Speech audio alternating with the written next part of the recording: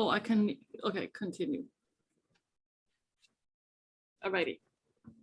Thank you. Thank you. Thank you for tuning in to Grieving Voices. I am super excited for today's guest. Sirry Berndsen holds a BFA and MFA in visual arts and is a certified medium by the Forever Family Foundation. She's a grief recovery method specialist and a master teacher.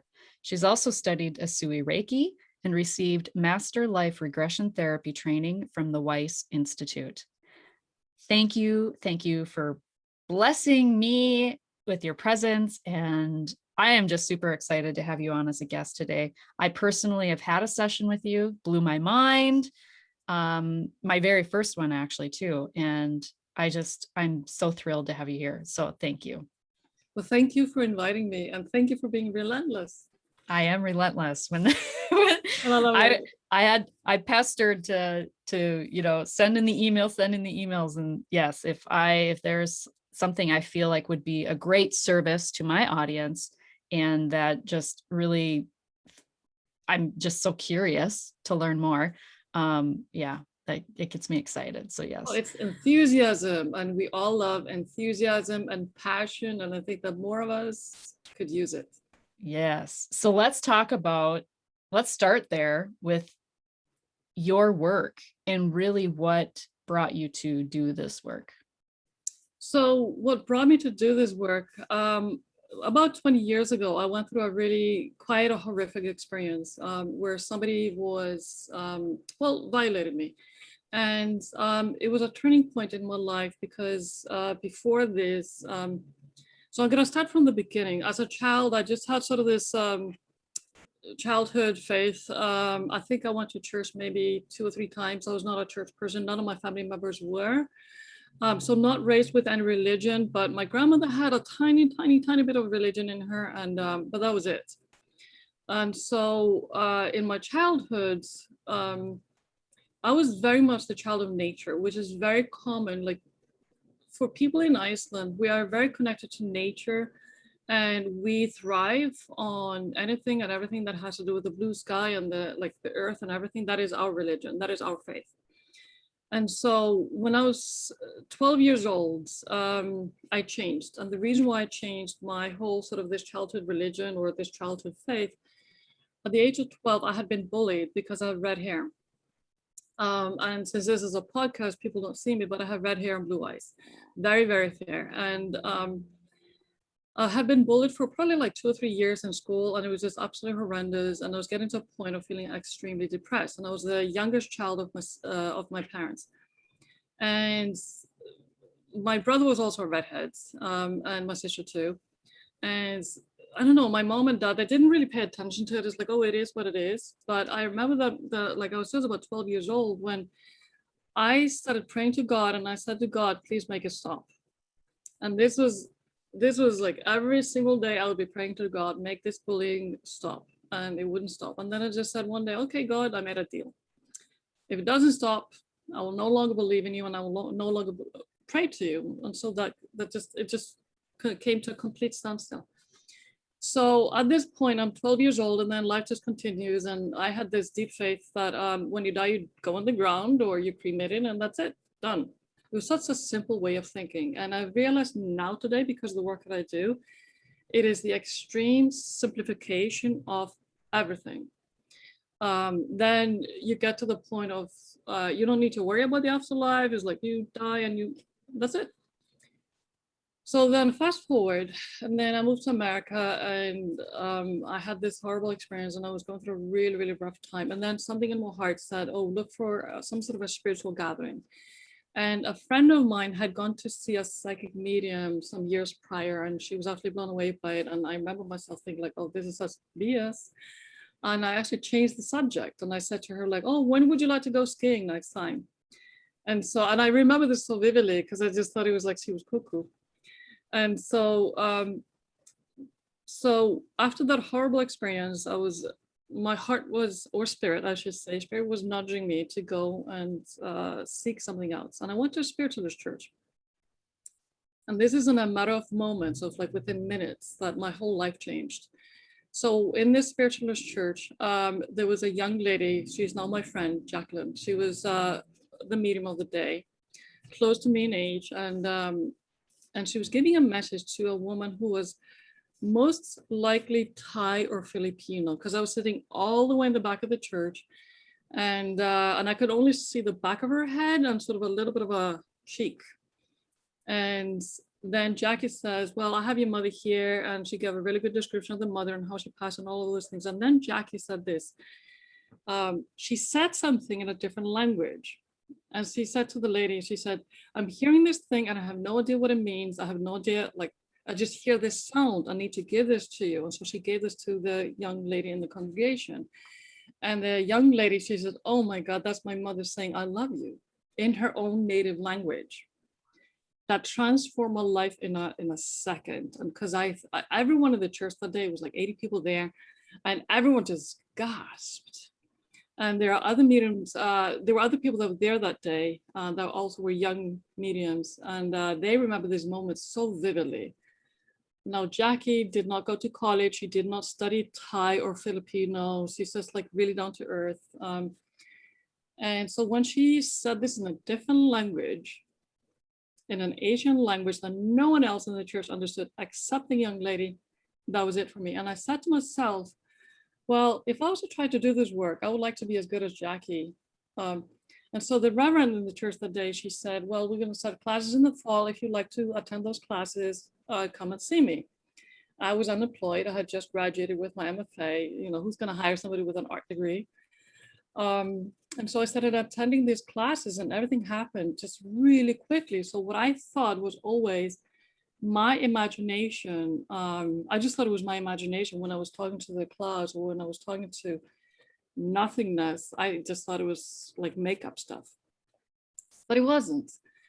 And so in these classes within weeks, I just excelled because as time progressed, I was able to decipher what was my imagination and then what was coming through from spirits. And I think that I would have to say that I studied journalism, and I knew how to interview. So I knew how to do these interviews with people, and I knew how to be on the radio and all of those things. And so when I got to the point of, with my art background, there was this great imagination. And then with my skills of interviewing, I found myself having the ability to interview spirits. And I would sit with them and I would just ask them questions. Who are you? And I would break everything down to male, female, and then I would break it down into family or friend. And then if it was a family, then I would break it down to, are you like the age and what relationship? And I'll map everything out in my mind. It was almost like a 3D thing, you know, like how we have the tablets or the iPads today. And I was able to map everything out in my mind. Okay, is the dad coming through? And then I could feel like if he had other siblings, if there were other siblings in the spirit world. And so I would line things up, like the spirit world was always behind me and the living people in front of me. And so it started this whole journey of like talking to spirits. It was just communication with spirit. And now, so this was in the beginning years, and now I actually teach this, and I teach the method that I used back in the day. But now it just seems to flow because I had this 100% trust that when I am connected, and this is usually with the person that comes to see me, they know that I'm connected. If I'm not connected, then it is what it is, and I apologize. But I would say 80-90% of the time I am connected, and my hope is always that at least 90% is understood or people can connect to it. If I'm not hitting the mark on the 80-90%, I don't do a session that day. But because sometimes some things are left to interpretation. I've got into debate about like whether something was teal or sort of this bluish green tone, and I won't do that anyway. So yeah, so now I know that there's an afterlife. I know not even with a 99%, it's not even 99.999%. I know with 100%, no doubt in my mind that there's an afterlife. Absolutely.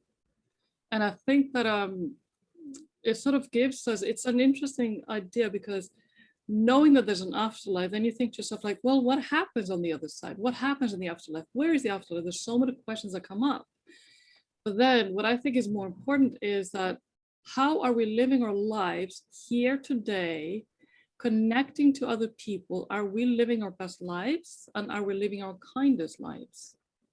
Because when we pass away, we have this review, and the question is then, could we have done something better? And that's the thing that I want to always sort of, how I live my life is like, I always make sure that I'm doing the best that I can. I'm living my kindest life. Do I have compassion from a neighbor? Even when I find myself being a little bit annoyed with someone, I do a self-reflection. What is it that is in me that is causing this annoyance?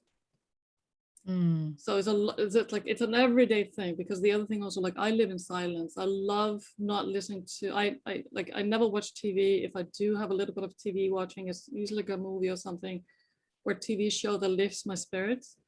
I never watch violence on TV. I just don't see the point in it. Watching the news, don't see the point in it.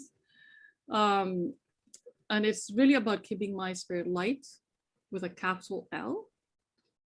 And uplifted, and even with, when it comes to the music, if I listen to music, it usually is some sort of a kirtan, soft music, indie music. Like if I'm getting ready for a session, I may listen to meditative music, but otherwise I live in silence, because I love to be present in my own thoughts. I love that. So, thank you for sharing your progression and how you got into the work. And I'm curious, as a child, did you recognize that you had kind of this gift? Yes. So looking back, absolutely.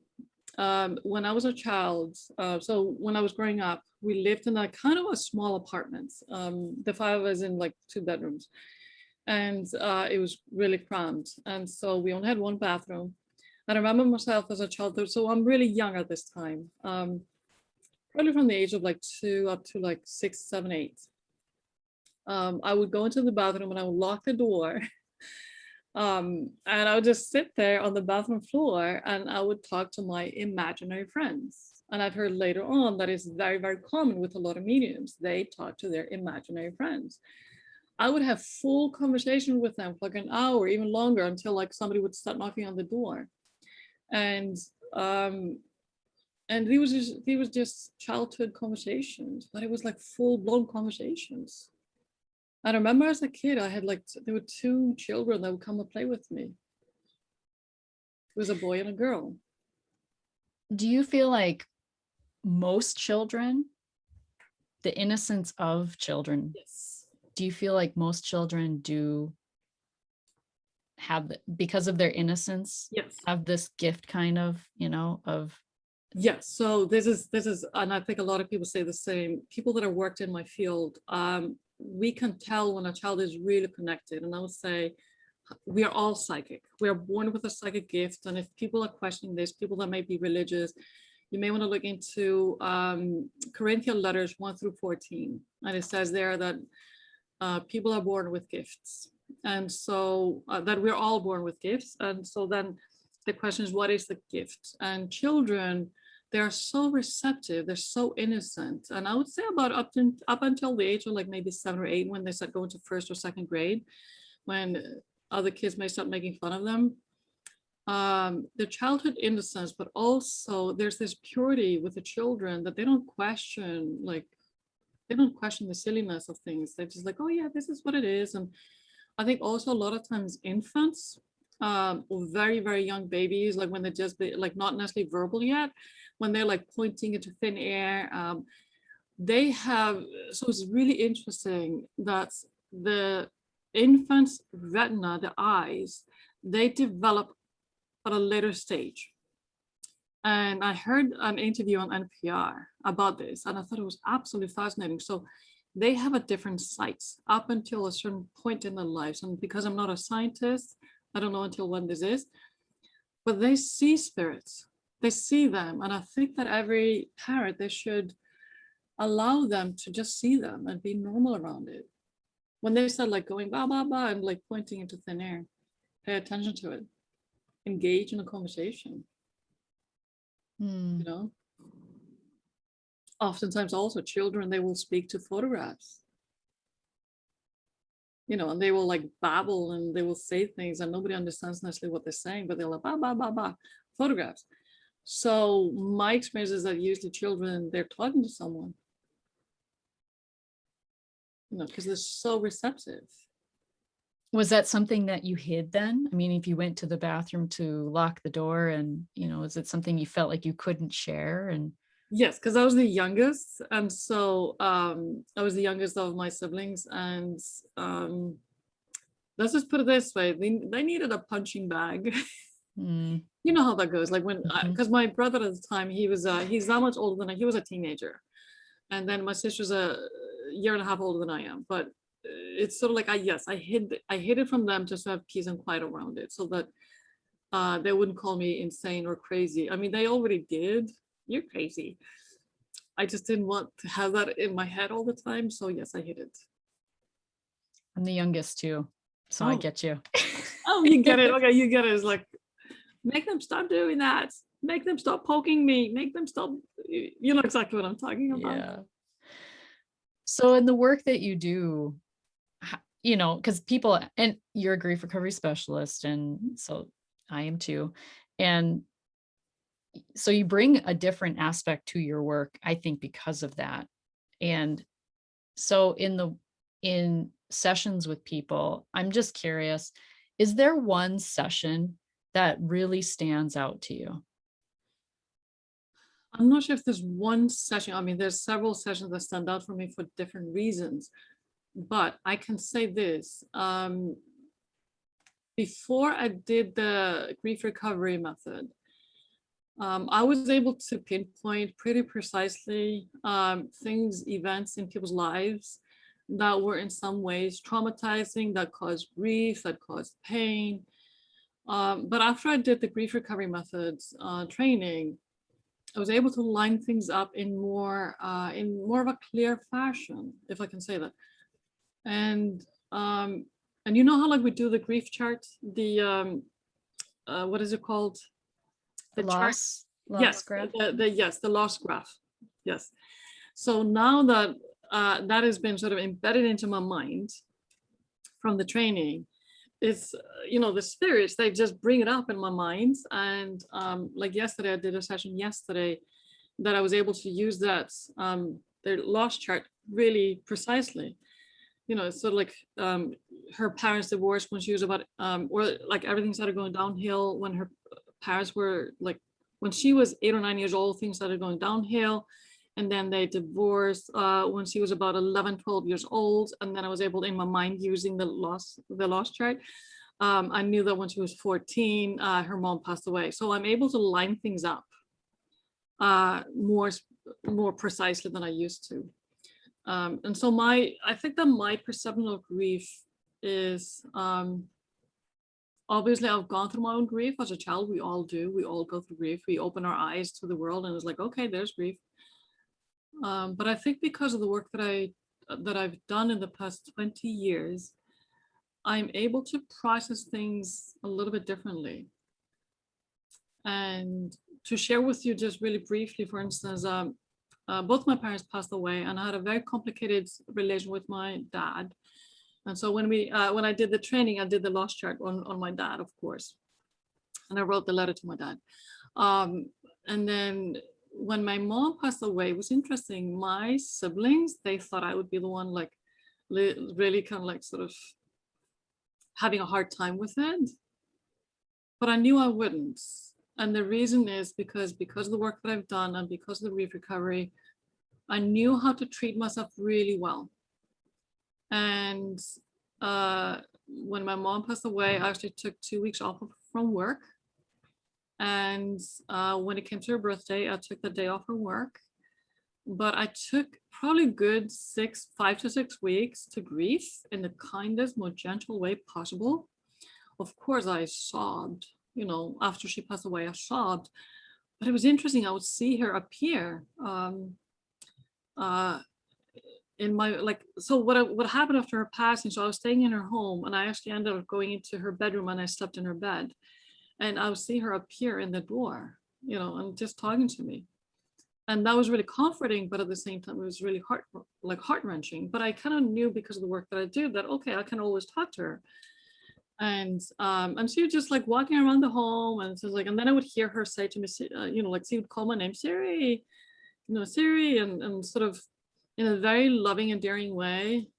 Or she would call me honey, Sirry, just to try to get my attention. Then I would just spend time with her. This after her passing. So I actually took time off from work because I knew that that was grief that I wanted to really heal, and not go into my work in sort of all tattered and in pieces. It was important for me to put the pieces back together. I think that's what so many people do, is they just quickly they don't take that time. Exactly. And a lot, for many people, I don't want to minimize it, that is a luxury to be able to have that time, to be able to do that. Can feel like a luxury for people, especially with kids, and if you have all kinds of things in your life. So go ahead. But you see, I think it's a cultural thing also, though, because I remember when my grandma passed away, my mother's mother, when she passed away, my mom, she took some days off from work. And I remember this vividly, that she would spend time just grieving. And it's a cultural thing, because in my culture, you're given chance to grieve. I mean, for instance, for summer vacation, we get 5, maybe 6 weeks summer vacation, depending on who you work for, minimum 5. And for maternity leave, you get 6 months minimum, up to a year. Wow. Paid. We're talking about paid maternity leave. And so the culture that I come from, it's Iceland. It's a very Scandinavian culture. You're allowed to be human. You're allowed to be with your family. And even like I know in Denmark and Sweden and Norway, they really encourage you to spend time with family. And I think that in one of the Scandinavian countries, they give you, I think, up to 2 years of maternity leave, full pay. And that is something that absolutely blows Americans away. Yeah, and wow. So I'm coming from that culture. When my mom passed away, yes, it is a luxury that I was able to take time off work, but I also live my life in such a way that I don't spend a lot of money. I'm kind of simple in my lifestyle. Like, I don't spend money on silly things. I'm frugal. For instance, I buy secondhand clothing, and I'm proud of it, and I recycle a lot. And so when I take time off, I know that I will not be making any money at the time, but I've prepared for those days. And then I'll just live really sparingly during the time that I take off. And I love those tips. And I think too, like you said, it's setting your life up for what you value. Yes. And if you are wondering what people value, just look where they spend their money. Right? Oh, absolutely. I do not need to measure up to anyone. I don't care what like my neighbors do, if they get a new car, if they get a new boat. I just don't care about those things. Those material things I don't care about. But yes, my value is in family and being in the space that I need to be in. Emotional well-being. It is. And you know what it is? It's self-love. Mm-hmm. It is self-love. And I had this thinking. I used to be a flight attendant for a short while. And they would always say that, put the oxygen mask on yourself first before you put on your anyone else around you, especially the children, because they will survive. You just have to take care of yourself first. And so these days, when I kind of like point at myself, and I say, me and myself and I, but I say this as a loving way, because with me being fully there, I can be there for you. Mm-hmm. It really comes down to that. And that's what I hear a lot too. Like that makes me think of how people say, when I say I'm, a grief recovery specialist, I have a grief podcast, oh, that's depressing. That sounds depressing, and I don't look at it that way. Grief is a teacher. It is such a wonderful teacher for us. It highlights in all the ways that what it shows up for us, it highlights, illuminates what needs healing. Yes. In all aspects of our lives, because grief touches every aspect of our lives, our money, relationships, our relationship to ourselves, how we show up in the world, everything. Absolutely. And what you just said, how we show up in the world, grief touches everything. And I recently heard Brene Brown, she's a psychologist, and she said, unless pain is transformed, pain will always be transmitted. It is so true. And we are responsible for ourselves and not anyone else. Yes, our children, their well-being. But again, it goes back to this. We take care of ourselves and then we take care of our children. It always goes this way. Number one is you and your essence, and then everything else will fall into place. Absolutely. 100%. Yeah. So can you speak a little bit to how in some religions that mediums, psychics, well, first of all, you're not are you a psychic? You're a medium. So everyone is born psychic. So that is the first given. We're all born psychic. It's the sixth sense. You know how like animals, all animals, they have the sixth sense. For instance, if there's an earthquake, the animals, they know how to run to the higher areas or regions. Like when there's a tsunami, they know how to run up to the mountains. And so this is the sixth sense. It is born, we have it. So everyone is psychic, but there are those people that dive into it and there are those people that choose not to dive into it. And I think that the more people begin to study science, they leave the intuition behind. Although Einstein was really quite spiritual, because he said things about the sort of the mysteriousness of the universe and all of those things. So you have to sort of, when you have a scientist that is able to be also spiritual, you've got a really nice combination. So my take on, so when it comes to the psychic and the mediumistic, there are some people that are born with the mediumistic ability. So what it is a frequency. It is not just a frequency, but it's also, it's a frequency, it's a vibration. And I used to say it's in your brain. And they've also now, they've done studying on the God gene. And I'm beginning to believe that there is such a thing as a God gene. Because if you look at it this way, who would ever surrender the life to live in a monastery for like the whole entire life, or back in the day was nunneries. And you know how like there are some people that will sit in meditation and they will just really thrive in meditation. So there's such a thing, I believe, as a God gene. And so when it comes to the mediumistic things, I have been teaching this now for many years. Even people that say that, oh, I'm not getting it. I have this intuition about how to get them to the point of being able to say what they are perceiving in their mind. Because when it comes to spirits, it is reception and perception, reception and perception. And so if we begin to open up either the hearing or the seeing and allowing like if we allow ourselves to really sort of fall into this path of feeling spirit around us, if we feel them, we can see them, we can hear them.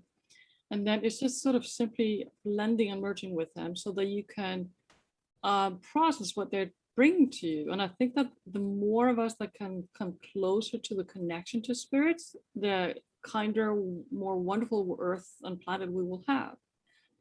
And so there are people that are born mediums, but everyone is born psychic. So there's this difference in those two. So every medium is a psychic because we're all born psychic, but not every psychic is a medium. Gotcha. And I personally have recognized that, well, and you can share your perspective of this, but I feel like grief really kind of shuts off the valve of our intuition in a lot of ways. It did for me anyway. Like I was very closed off, and like you, so similar. I wouldn't have called myself atheist, but I really blamed God for everything that happened in my life and was like, nope, you ain't gonna do, I not gonna have it. And I believe too, like you go on the ground and that's what happens. You die. And there was no feeling a connection at all. There was I didn't feel it. Mm-hmm. And it wasn't until probably in my early 20s, when I heard something that shifted everything for me and really sparked a curiosity back in my heart. And that led me down a different path and changed my life, really, which led to later grief recovery, which had opened the floodgates. Like grief recovery for me, my personal work opened the floodgates. I became a Reiki master. That just put the valve on overflow, so I feel connection now. I feel something I never did before. So can you speak to that a little bit more too? Yeah, so when you were talking, I was just thinking, like, for instance, they say about every 7 years we go through these cycles, and those people that are really into astrology, they know about the 7-year cycle. I think it has to do with, I'm not an astrologer, if I remember correctly, though. I think it has to do with Saturn return. Those are terms that I understand basics of it, but I don't understand the full extent of it. So every 7 years, so most likely when you went through your epiphany, probably was around the age of 21, give or take, right? 22, and, yeah. Yeah, it's the same thing, And in my case, I think I was about maybe, I think it was maybe 29 or so. Do it's really close to the 28th year. And so it's like every 7 years you go through these shifts and changes. And so it's a 7-year cycle. And it's kind of like they also talk about, if you go into the ocean, they talk about the 7th wave is the big wave. It's really interesting. And also if you do numerology and you look at the essence of numbers, the number 7 is considered to be the most spiritual number for if it's a life number. Like if you calculate your date of birth, you can see what your life path is. Numbers are fascinating. They are. I've always been fascinated with numbers. And as a kid, it's interesting because as a kid, I was into, I was the kid that got the palm book from Scholastic, palm reading book, and the astrology books, and so I was that kid, but I really was I really hid those interests. I didn't share those interests with others, but it's interesting how life comes full circle, isn't it? Yeah, full circle. I'm coming back to all that stuff and my faith, though, and that's what I would like you to speak to too, because I am Catholic, and I'm a convert, actually. And for anyone who's listening who did not know that, and so can you speak to maybe that piece? So so this is interesting because I'm actually I'm getting close to becoming a minister. I'm doing a training. Yes, I'm doing a training under Reverend Janet Nohavec. She's up in Journey Within, and becoming a spiritualist minister. And because I love to study, I love to learn. If there's anything that I can study, I'll take it on. I even applied for a PhD program a few years ago and I got accepted, but at the time I didn't really have the time or the money, so I decided not to do it. But so yes, when it comes to religion, I think that theology and religion is an interesting thing. It's such an interesting, fascinating thing. And I think because from my perspective, because I'm so open to different religions, I have people come to my office or have Zoom sessions with me that are of all faiths. Granted, I come from a Protestant Lutheran background, which is Scandinavian, but at the same time, never practiced any of it. But we're also pagan because we believe in the old gods, the Odin and Thor and Tyr and all of those, Freya, and then I lived in Saudi Arabia with the Muslim prayers, and it was really divine. My roommates at the time, most of them were Catholic, they were Indian, but some of them also were Hindus. And then a short while after that, I lived in Israel. And so I went from the Muslim culture to the very Jewish culture. And then I have my office in Boston or in Brookline, Massachusetts, and it's very Jewish. They call it Little Israel. And I seem to be able to flow into almost any religion there is, because I don't judge. It's like whatever you're raised with, that is what you're raised with. But this has been my perception. Many religions, they say to you that, oh, you should not be connecting with the dead. And my heart has always been questioning that. And I think it has to do with back in the day, especially I'm going to only speak about Catholicism from what I have perceived in the last 20 years, because a lot of the people in Massachusetts are Catholic. Irish Italian Catholics. And so in the Catholic Church, people back in the Middle Ages, they could not read. And so they started putting pictures into everything. And then everything was in Latin to keep people away from the mysticism of the faith. And so they would have the services in Latin. And so it was really with Martin Luther that the Protestants, it was translated into a language that they understood.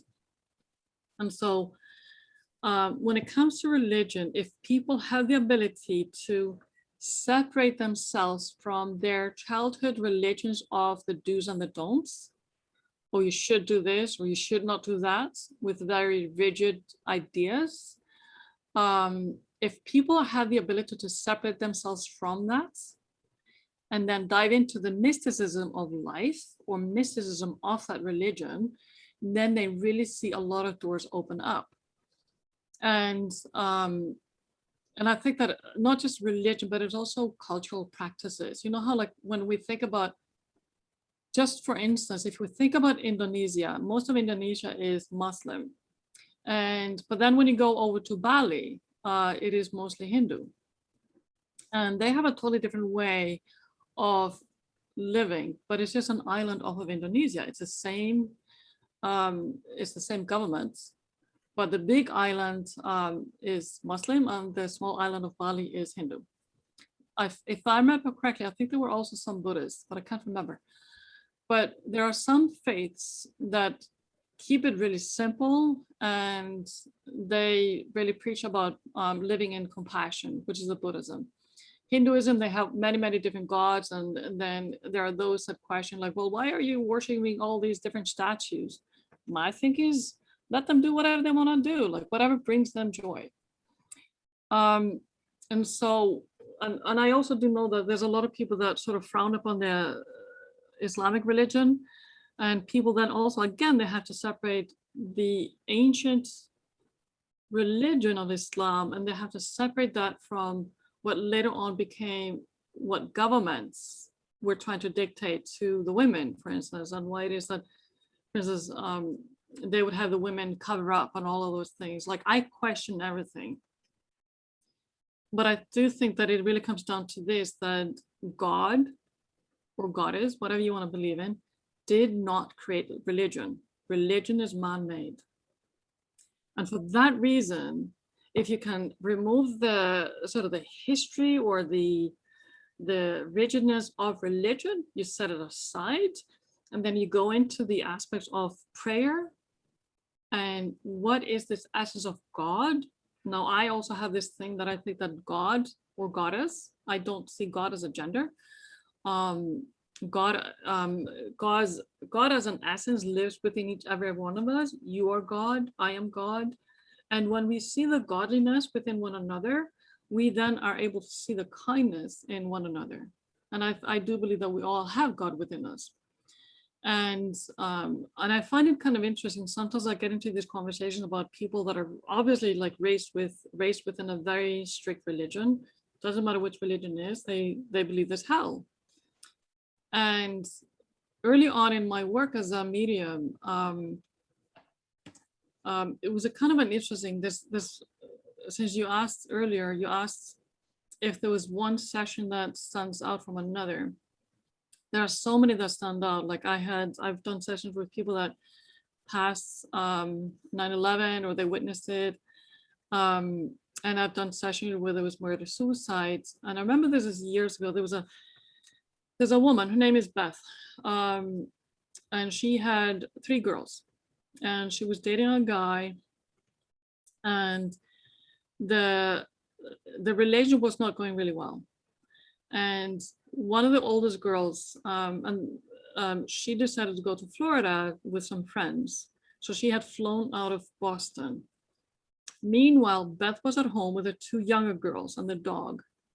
And the boyfriend was upset, and he comes to the house and he shoots the youngest girl in the hallway.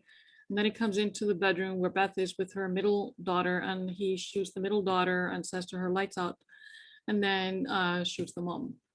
Mind you, he also shot the dog. And then what he did, he walked onto train tracks and he committed suicide. So now we're talking about a murder suicide with one of the girls was away. Thank God the girl was away, because that kind of like saved the lives of the two sisters.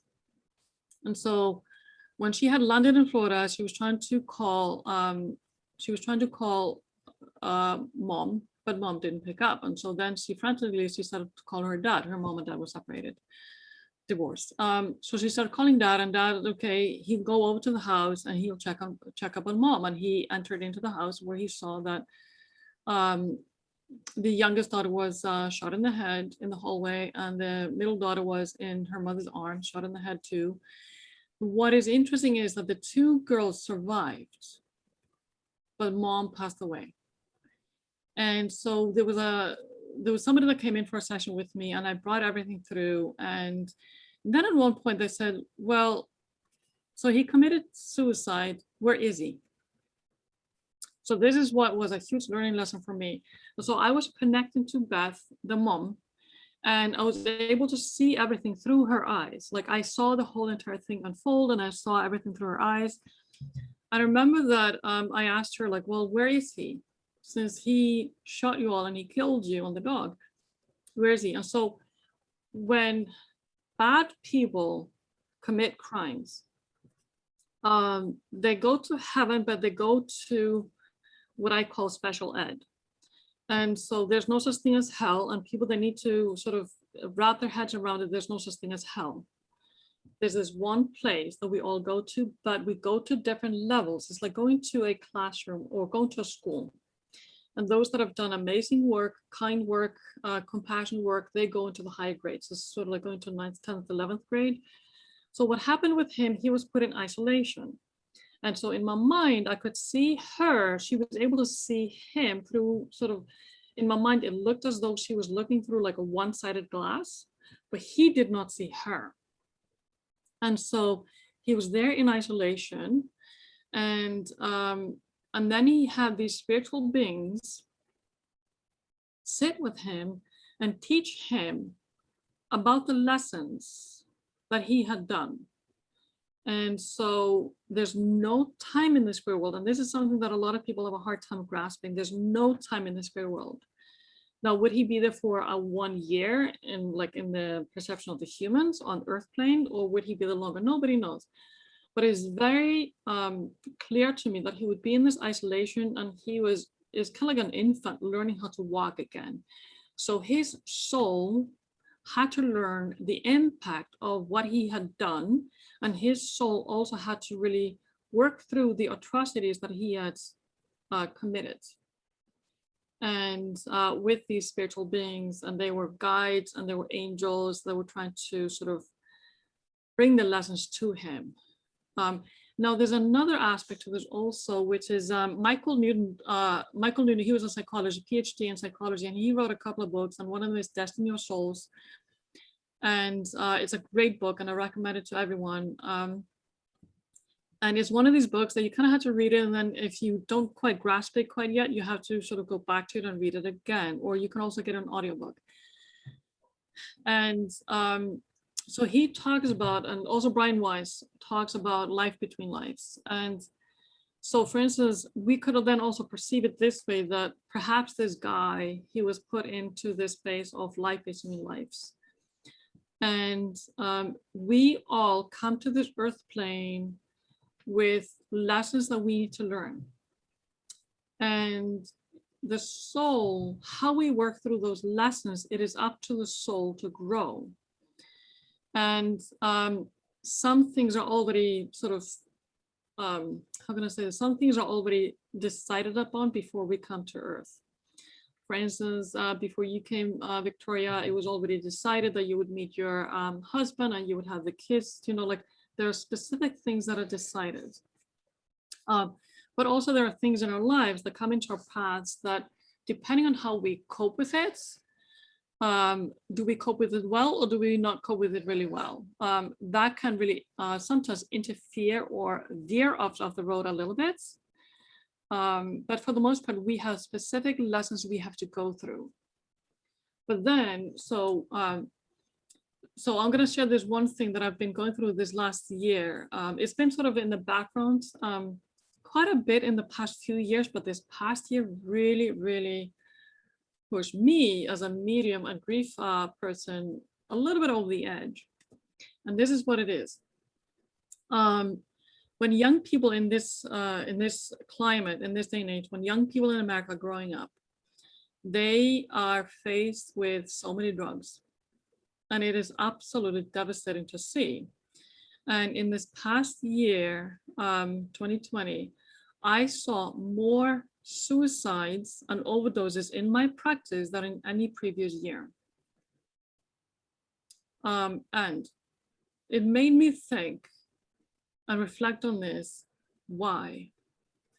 And it comes down to this, in my philosophy today, it comes down to this. I do not think it is the parents' fault, but I think it is the, I don't know if it's the government's fault, if it is the society, how it is built up, if it's the school system. I'm not here to blame, I'm not here to blame or point the finger, but I think people need to be aware of what is going on. When does it start and where does it start? And so recently a friend of mine, she said, she's got a couple of teenage girls. And she said to me that, oh yeah, like one of her daughters is on Prozac. And I thought to myself, like, well, she's only like 14. Like, that's really young, isn't it? And she said, oh, well, it's considered to be normal. Like the nurse will call them up to the nurse's office and like, oh, here's your medication for the week or for the month. And I think to myself, like, this is absolutely insane. But it started making sense to me. And so, and even in America, I think it's probably America is one of the most medicated country on the planet. And where does it all start? It's big pharma. What does that lead into? Like if a child is overactive, if a child is just really hyper, then it's immediate, like there's a label on it. It has ADD or it has ADHD. My thinking is, well, how about fixing the child's diet? How about taking out all of the ingredients in the food that are not supposed to be there? If you cannot, like if you're reading a label on a food product and you cannot understand it, why are you feeding this to your child? Like for instance, Pop-Tarts, what's in it? All these ingredients that are just nobody can pronounce, toxins. What does the toxins do to the gut bacteria? We talk about children that are like 3 or 4 or 5 years old. This is where it starts. And so the responsibility really goes down on that aspect. It goes down to the government because the government says, oh yeah, you can put these things in the food and that's okay. And so the children are becoming sick. The microbiome is becoming sick. And then they begin to develop these behaviors that are not considered to be rational. And then they grow up in a system that, oh yeah, let's suppress this symptom. And then if that doesn't work, let's try another one. Instead of getting to the root cause of the issue, because the parent may be the most loving, caring parents, but they may not know what they're putting in the child's bodies. And so as children are growing up, and then they put on Prozac or they put on Xanax or they put on medication for different things that should be treated, not suppressed. And so this past year, I've noticed that children, I mean, to me, they're children from the age of like 16, 17, 18, up to like 24, 5, 6. The amount of young people passing because they cannot cope, suicides, overdoses, that has really touched me on a grief level in this past year to a point of like, I'm going through this whole, I'm upset about it, I'm angry about it, but I'm turning that anger and frustration and upsetness, I'm trying to turn it into more education. And so when people come to my office, when I intuitively, I know that like there's little tiny little tweaks that they could do to get it better. You know, I point out to them, look into the microbiome because the tummy is the second brain. And I tend to think of it this way: we have the brain, we have the heart, and we have the tummy. And we have to allow the three to work together in unity to have a healthy family. I went off a little bit, but yeah, this is in the past year where my grief has been sort of observing these young people of America, exceptionally talented people with such great hearts, You know, it just, my heart goes out to the children, to the parents, to the mothers, to the fathers, to the siblings. And I think too, it comes down to the lack of support within a family unit, whether it be support from the community or support from the healthcare system, which is overloaded already. You Mm-hmm. know, there, and I think when I hear my bandwagon is we talk about mental health, and Yes. I wish we would take the word mental out of it. Mm-hmm. I I wish it would agree. be emotional health. Yes. What will serve us in our emotional health? And you don't work through emotions by popping a pill. Exactly. Yeah. That is exactly what I'm talking about. I'm reminded of a podcast interview I did a while back with Jordan Brody, and um, he was he's an openly gay man and really struggled as a child with bullying and things like that, despite having a really supportive, loving, father figure in his life. He just had other challenges, and really embracing, right, being a child that recognizes that they're different, and or he obviously said he felt different. But he was put on medication as an 8-year-old That's for insane. anxiety, and depression and ADD, I think ADHD, one of those. But he was brilliant. He was really smart. He was in a gifted program. And he found himself pretending to be dumbing himself down for others. And this created so much grief. Like he couldn't even authentically live who he was, his essence, his soul, of what was his soul was wanting him to be and live into. He really suppressed all of it. And it started with, that medication didn't help, right? Right. And as an adult, when I interviewed him for the podcast, he has been off medication. He's not on medication anymore. He's living his best life, Yeah. but he dealt with addiction then. I mean, that set him on the stage of going down a path of addiction. And within a week, I believe, of our podcast interview, his brother passed away of an overdose. And he came on the podcast actually to talk about a loss of his best friend to addiction. Yeah. And, so it's obviously it's prevalent in his family, but why? Why? Why? Well, I've been this last few months, I've been digging into the why. And I think that and you're so right, this should be called emotional health or emotional well-being.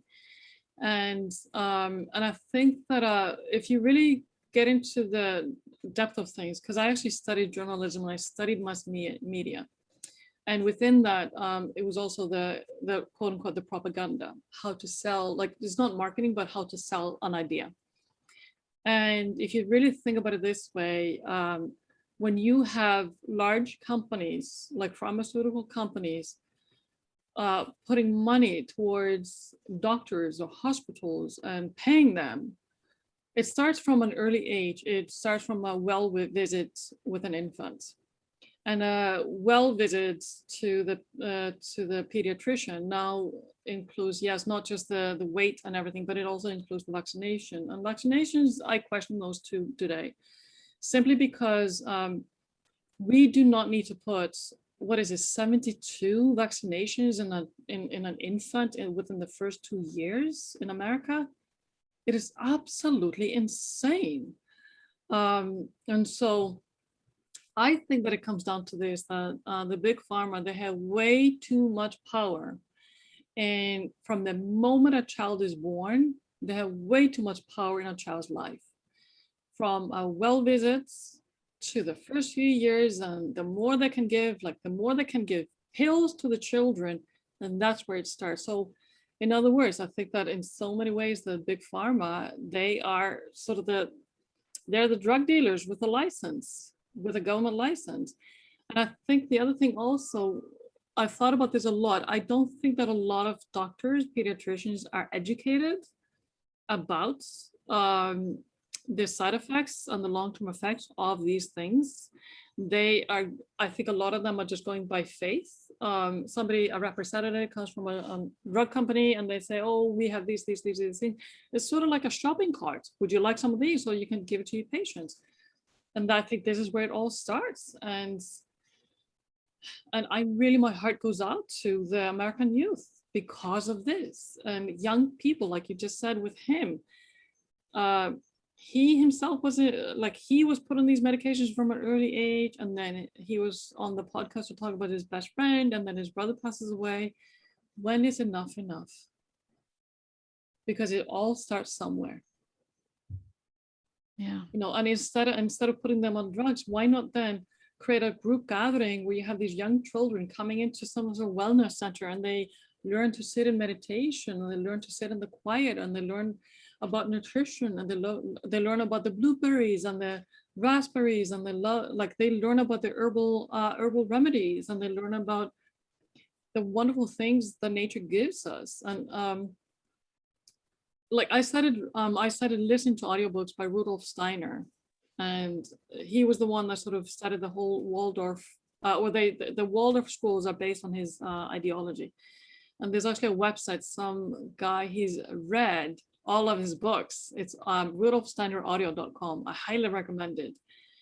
It's sort of an old-fashioned way of writing, reading and listen to it, but it's well worth it. But I think that the closer we can come to nature with our children, the brighter future we will have with the children. And the more we move away from the big pharma and the popping the pills, the healthier youth we will have. It's the future of America lies in the arms, in the hearts, and the hands of the youth and the parents. But it's the youth of America that will be able to build up the country to its greatest glory that it once was. It makes me think of when you mentioned about, like, you know, a center, like a youth center where they can learn these different things. It's like, and you mentioned meditation. It's learning coping skills. Yes. Like children have, but here's the thing, like as adults, we don't necessarily cope very well either. You know, it's like, because I feel like, and I've said this so many times, and I think you'll agree, but adulthood is childhood reenactments. Adulthood is childhood reenactments. I can see that. You know, so like every belief, thought, idea, like everything that we are taught as children are our personal experiences that we internalize, and we project all of that as adults. Like it's like that cycle, that 7-year cycle, like these, it's like you mentioned, the soul has this lesson it needs to learn. And it was actually mentioned by Dr. Chris Kerr, who is on the series Surviving Death. He talked about end of life experience and has a book, Death is but a Dream. And he was on the podcast and talked about one particular experience of an old man who was a World War II veteran who, at the end of his life, the deepest pain that he was carrying all his life came back to heal him. Like his comrades came back to heal him of all because his job was to transport the dead on the ships. And his comrades came back at the end of his life. Oh, wow. And it was, you know, so I think of that and how, like what you said, how the soul has this lesson, I feel like after learning about end of life, going through end of life doula training and talking to Dr. Kerr, our soul has this experience at the end of life and probably beyond, based on what you shared, right? Right, because I mean, then we have other lifetimes, and when it comes to, for instance, with the past life regression, we have lifetimes before this lifetime, and our minds, we think of everything as being a timeline, and it is in this like on the earth plane, it is a timeline. Everything has a minute, everything has a second, everything has an hour to it, everything has a calendar to it. But in the afterlife, there's no life, like there's no timeline, which is such a concept, it's hard to grasp. And going back to what you just said about Dr. Kerr, I love his work. I think he also wrote was it Deathbed Visions or something? I can't remember. Death is but a dream. Oh, death, okay. But Death is but a dream, yes. So I was actually talking to a friend of mine in the UK this morning, who's a doctor, who is about to be transferred from the end of life care, being a physician in the end of life care, to the ER doctor. And I said to him, you know, you're meant to go there. And I think you're going to be entering the space of prayer. And he's like, what do you mean? He was pausing. And I said, well, it's going to be the place of prayer.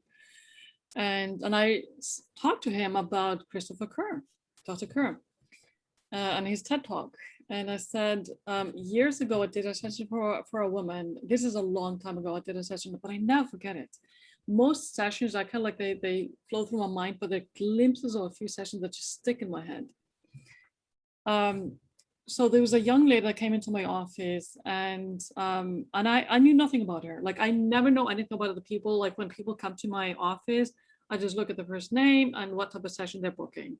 That's all I want. I just want the true first name. I don't care about the last name. They have to have an email so that I can actually email them information.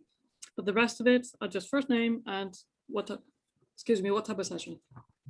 And so I knew nothing about her, and she comes to my office. And before I was going into my office, I felt there was this amazing light around her, and I didn't understand what it was, but it was almost as if there was this huge choir of light beings that were like following me to this appointment.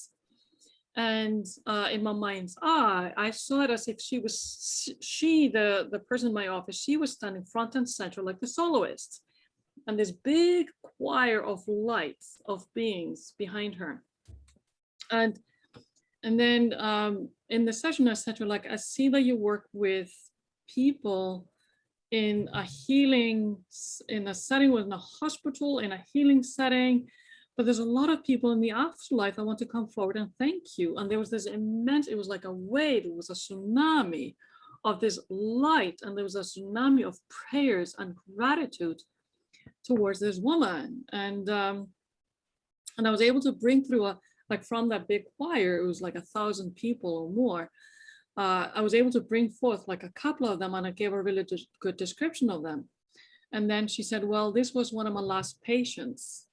And so this woman, she was an emergency care physician for many years in the ER and helping people, you know, survive or die. And she was a very prayerful person. And so, and it was interesting to me to see it from the medium's perspective, that it was interesting also because she was a scientist, so she didn't see it, but I saw it. And I saw this, it was sort of like the massive amount of, it was like the wave of lights behind her was just immense, because she was working in the medical field and helping people die or survive, bring life or bring them into the afterlife. I think the whole theme of this conversation really just comes down to and boils down to just connection, like the spiritual connection. Yes. Of the essence of who we are, our own spirit, and how we're all connected. Yes. To each other. Absolutely. And I think also the other thing also is how close we are to the spirit world. Like I always say, they walk with us, they walk among us. And the closer we bring them into our lives, the closer we bring in the angelic energy, the easier, the kinder, the more loving we become, and the easier life will become. Like when we surrender, instead of going against life, but when we surrender to the gentleness of the wave of life, we then create an easier path. And I think it's the closeness of the spirit world. I see this parallel of we medicalize death and dying, But we also medicalize life, We do. right? That is such a good point. Both ends of the spectrum. There's no, where's the balance? Well, where is yes, and it has become so scientific that we have lost sight of the spiritual. Detached. Yes, because we are spiritual beings having human experiences. In a nutshell. Yes. Yes, we are divine light beings having human experiences. And grief just, And grief. yeah, is a part of it, a healthy part of it. It is a healthy part of it. And I also do believe that the power of prayer can be so immense, because prayer is such a simple thing. And I'm not talking about prayer as in Heavenly Father. I'm not talking about those types of prayer, but I'm just talking about the simple voice within your heart, the simple chants, the simple, oh God, help me get through this day, or like it could be very, or God, protect my children, or even if we want to call on our ancestors like mom or dad or grandma, please protect my child today.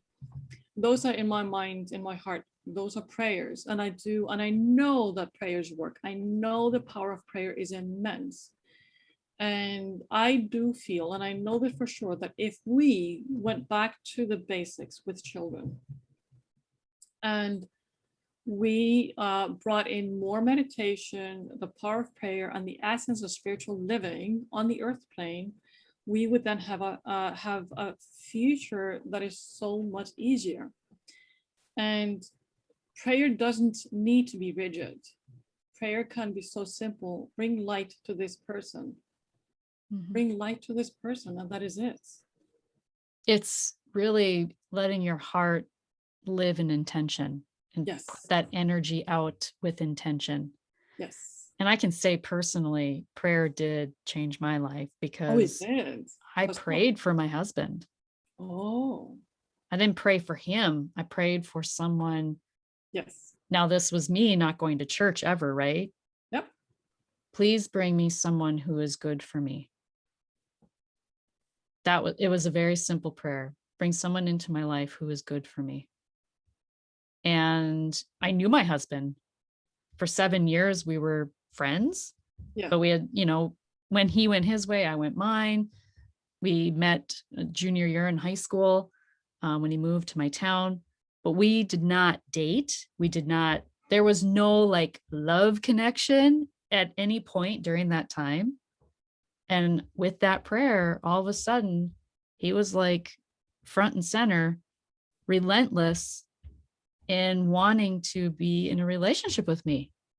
And to this day, it's like,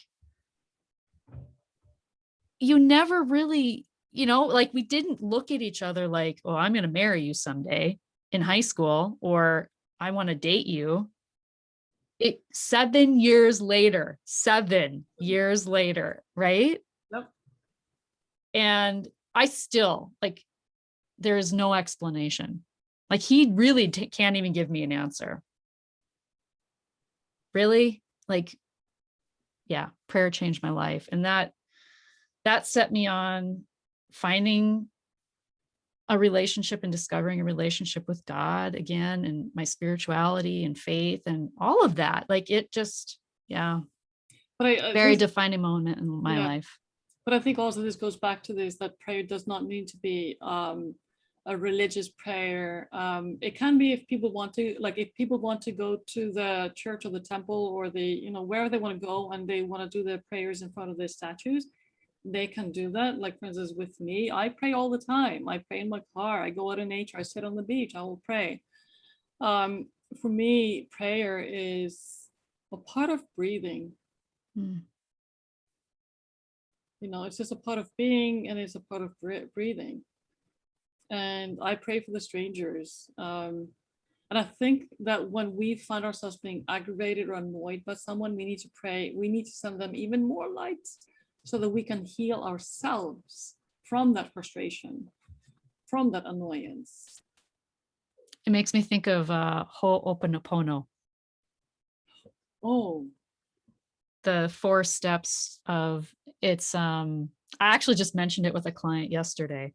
It's I'm sorry, please forgive me, thank you, and I love you. I think those are the 4. I'm not even okay. sure if it's in that order. I've have a couple posts coming up about it, but because really it is what is within us that feels provoked, what is this person provoking in me? What is it about me that needs to heal that feels provoked by this person or, Yes. yeah. But And I think it also goes back to the grief, it does. because what happened in our lives that causes grief that we then have to reflect on. Hmm. And that's what grief recovery does, right? The method itself does. It brings to the forefront exactly what needs to be healed Yep. and what to work through in a guided, supported, evidence-based way, right? It's yeah, Yeah. I'm Absolutely. partial. I'm partial. But so it's interesting because you also mentioned earlier that um when someone had said to you that, like, you had said to them that you were a grief recovery person, and they said, oh, that is depressing, that was their perception. Mhm. But I think that when we that understand grief on a deeper level, when we come out on the other end, we see all of the gifts coming to us. What a gift it is. What a Yeah. gift it is that I met you, and what a gift it is that I met a couple of your friends. It's a gift, and it all starts with one person. Yeah. Because we're all connected. We're all connected, and we're all gifted, and we are all a gift to one another. So I want to really give something. This has been amazing so far, but for grievers listening, what is one tip that you would give a hurting heart listening today? So this is coming from me as the medium. I think with grieving people, and I think especially this is the thing. I often reflect on what is the hardest grief. I um there are two griefs that I have perceived to be the hardest ones, and that is the loss of a child for both mom and dad. Oftentimes, fathers have a hard time expressing it. Mothers, they seem to have a little bit of an easier time expressing grief when they lose a child. And it doesn't matter how old the child is. It could be 3 minutes old. It could be 30 years old. But the loss of a child is probably one of the hardest. And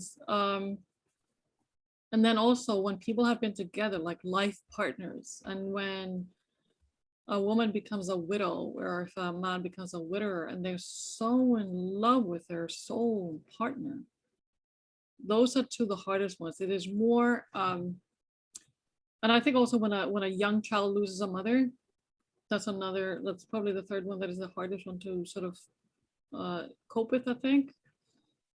But even loss of a pet can be really hard for a child. But when people, um, so for me as the medium, when people lose someone, I say, take time for you, sit with them, sit with their memories, listen to the music you both enjoyed, look at the photographs when you feel ready to do so. If you know, and here's a big deal, if you know that someone is dying, if you have an older parent or grandmother who is dying, sit down with them and record their stories, videotape them if you can, take pictures, get your phone out, record them and say, hey, grandma, tell me about when you met. Those stories become absolutely precious, more precious than any stuff. Having someone's voice on a voicemail is precious. Having someone telling a story on a video is precious. Prepare for those types of things, because once they're gone, their voice is gone. So in preparation for loss, I think that do everything that you can to cherish each and every moment. No, we don't always have the time to prepare, but after someone passes away, take time for yourself, take time off from work, And if there are people in your life that are not being helpful, supportive, or conducive to your grief, let them go. Someone else will replace them, or they will come back into your life if it's really worth it. But take time to grieve, be kind and be gentle, and let yourself cry. Like, just let the tears out. Go into nature, hug a tree, sit in the grass, go on the beach, do anything and everything that really brings you joy. And do it over and over and over again until it gets a little bit easier. One thing that I did want to say is, after someone has passed and you really feel like you want to connect with them, there's this one thing that I've said to people: make time for the spirits. Write them letters, but do it in such a way that if you were to, for instance, if you sit down every single time at the same time, let's say it's a Sunday evening at 7 p.m., or you know that you're going to have some time during the middle of the week, and let's say it's Wednesday evening at 6 p.m., make an appointment with your loved one in the spirit world and sit with them. Listen to your favorite music together. Have the photograph on your lap, have the photograph next to you, have a piece of paper and a pad, and write them a letter and tell them how much you miss them. And if you feel they are coming close, listen in, take time, and just write down what they would say to you, because that is true spirit communication, because that's when you have the flow going back and forth. You say one thing, I miss you so much, and then you may hear this very subtle voice in your head as if they're back, and they may say the same to you, I miss you so much. It may be a child in the spirit world, and let's say a mother sits down, and let's say a mother lost a child, and let's say the child's name is Rachel. I'm just making up, Rachel or Amanda. And let's go with Rachel. So let's say a mother sits down and she says, Rachel, I miss you so much. And then the mom may then begin to feel the voice of Rachel in her mind. And if she brings her closer, if she brings her daughter closer, she may then feel her in her heart. And then she may feel as though her daughter is speaking to her. Write it down. Write letters to your child. Write letters to your loved one in the spirit world. Make the connection and hold on to those letters so you can always read them back.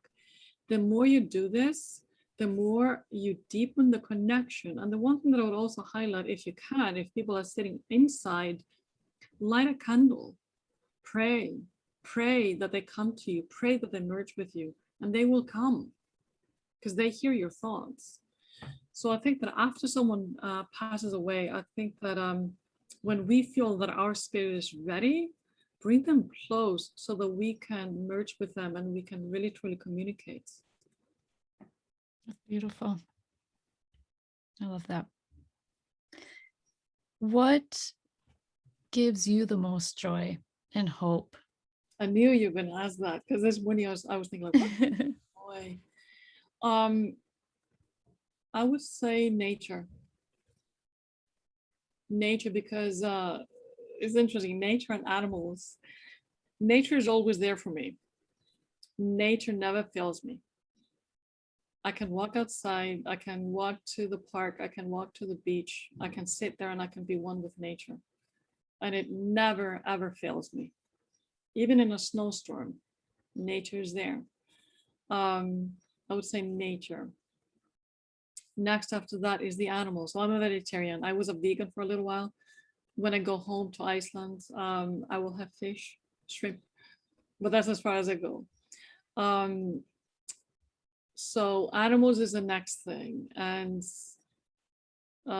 when I get a chance to sit with dogs or cats, or even the other day, I got a chance to talk to a duck, little Shelby. And I got a chance to sit with a goat, and the goat fell asleep in my arms. I have this connection with animals, kind of like St. Francis of Assisi. I have this, and because we can also communicate with animals just like we can do with people. It's the same vibration, it's the same energy. So I would say nature and animals. So that brings me joy, nature. And I think also the the mystery of the cosmos, the mystery of the universe, the mystery of all there is, the mystery that lies beyond. That brings me joy. I love that. Because it sparks curiosity for me, Oh, those things. yeah. Yeah. And that brings me joy. Curiosity brings me joy. You look at the stars and you wonder, what is there? Mm-hmm. I have a little follow-up to our session that I had with you. And you had shared during our session about my youngest and her connection with nature, and that she will someday understand the importance of bees and just nature itself, and herbs and animals. Just she has a deep connection with animals and things like that. Two things I want to share with you to follow up from our session. Okay. And one thing was, we just very recently, this is a family from California came to our area, and they brought their bees. Brand new company. They wanted to expand, bought a place in our area. So they plan to come back year after year. And they put bees on our land so we can have honey. We'll get some honey. And so interesting. So that I thought, oh my gosh, like that's crazy. Because we've been here for like 11, I don't know, 12 years, never had the opportunity to have bees on our land or anything. So I found that fascinating. The second thing is, a baby pheasant had just walked into my husband's work all by itself. Like the mother, I don't know if it got, Yeah. Who knows? lost its mother or whatever. We bring it home. And my youngest tried nursing that thing, and not nursing, like Yeah. making sure that it got what it needed. And we had some bird seed and stuff, or some feet like stuff. And she was crushing that up and feeding it by hand and putting water in a syringe, and just really nurturing this baby pheasant, just a little chick, just this itty bitty thing. And she'd tap her foot and it would come to her outside, and just really connected to this little baby pheasant. Well, after 3 days, it did die. And she was crushed. Tears. We ended up burying her. It was a female.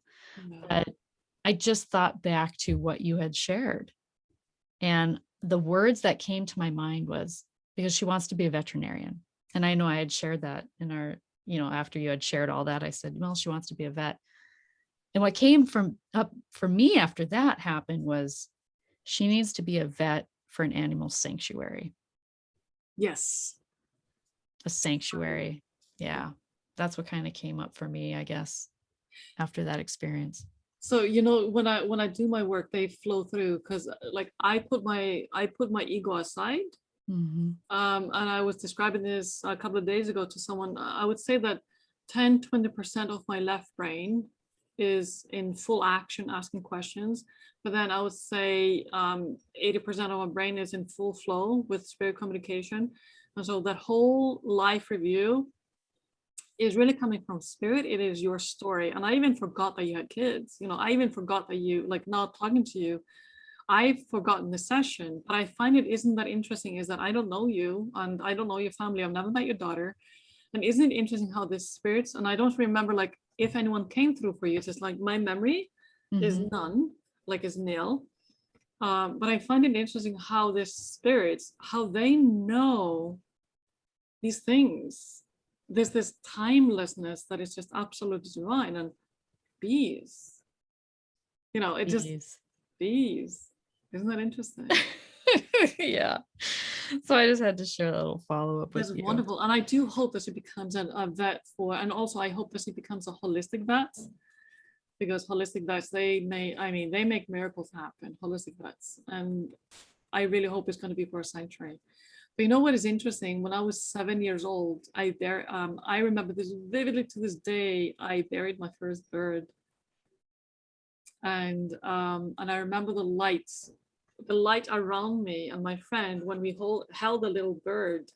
I think it was a robin or something, and we held it, and we were so just devastated by the death of the bird. And then we put in a little hole. And I still remember this, like it was yesterday. The light around us. And I was 7 years old. Again, 7. Mm-hmm. How old is your daughter? 12. Oh. So she's going to be a vet. I don't know. We'll see, I guess. She wants to. That hasn't changed. It's been several years, but that she's said that. Even if she ends up not going down the road of being a vet, then she can always be a farmer. Mm-hmm. And she can nurture a lot of the animals and the plants around her. Yeah, she's very much, let's get her hands dirty, playing the dirt, being in, that's. So she's probably incredibly healthy. Yeah, Those kids that get to play in the dirt, they're the healthiest ones of all. Yeah. And we've gotten so far away from that too. Like I remember playing with old tractors and cards and making roads in the dirt, and and I was outside all day. Yep. Every day. Yeah. I was the same way. I was the same way. My playground was the beach, and it was like walking around in the seaweed and playing with the seaweed, and also digging in the dirt. And it was a childhood. It was a magical childhood, outside all the time. And I remember when I was 10 years old, in the summertime, we could stay outside until 10 p.m. When I was 11 years old, we were talking about like June, July, August, we could stay outside until like 11 p.m. And then when we hit like 13, we were able to stay until midnight. Keep in mind, the summers in Iceland, the sun doesn't set. So it's daylight all night long. So there's no difference of day and night.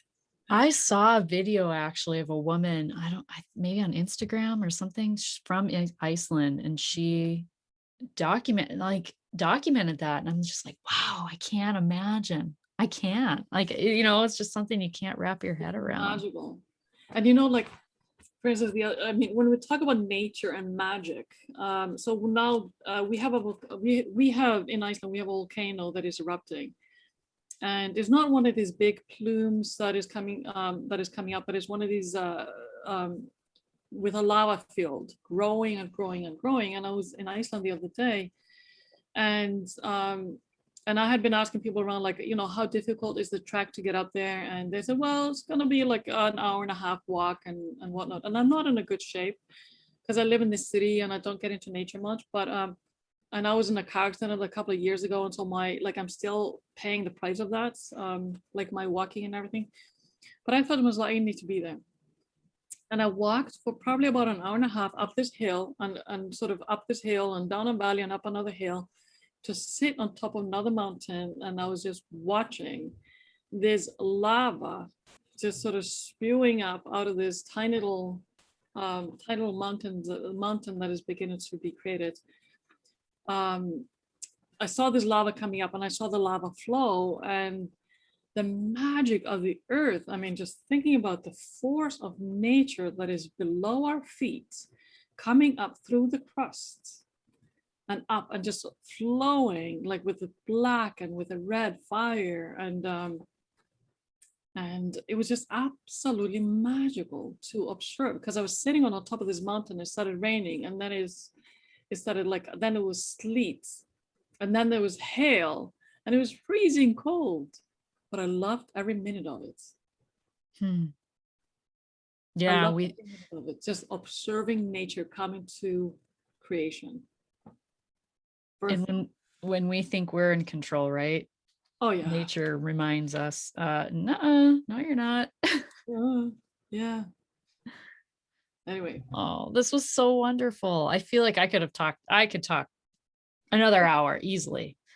But is there anything else, any guided message you feel like you would like to share? When it comes to grief and loss, I would like for people to go within and tap into the depth of love and the depth of loss. Merge the two together and allow the love to come to the surface when you're ready. And when love comes to the surface, you know that you will have this wisdom all around you, and you will conquer anything and everything around you.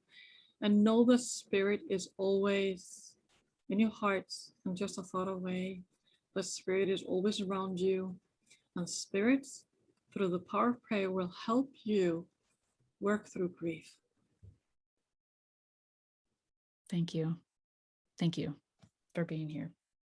Thank you so much, Victoria. You're awesome. Oh, right back at you. Michael. And remember, when you unleash your heart, you unleash your life. Much love.